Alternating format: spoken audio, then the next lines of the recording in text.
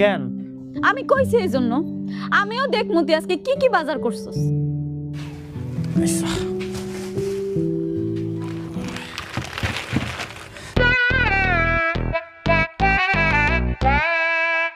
তুই কি ভাবছস আমি কিছু বুঝি না? তোর উদ্দেশ্য যে আমগে হোটেলটা দখল করা এটা আমি ঠিকই জানি। আমি আপনার বাপের হোটেল দখল করতে যাবো কেন? তুই কি ভাবছস আমি কিচ্ছু বুঝবো না?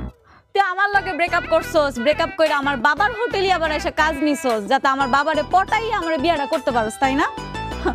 কোনো লাভ নাই নোমান, এগুলা করে কোনো লাভ হইব না।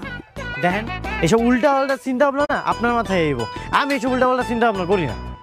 নন ভাই কাস্টমার তো নাই, মাইকটা একটু চালু দেন। আইতাছি।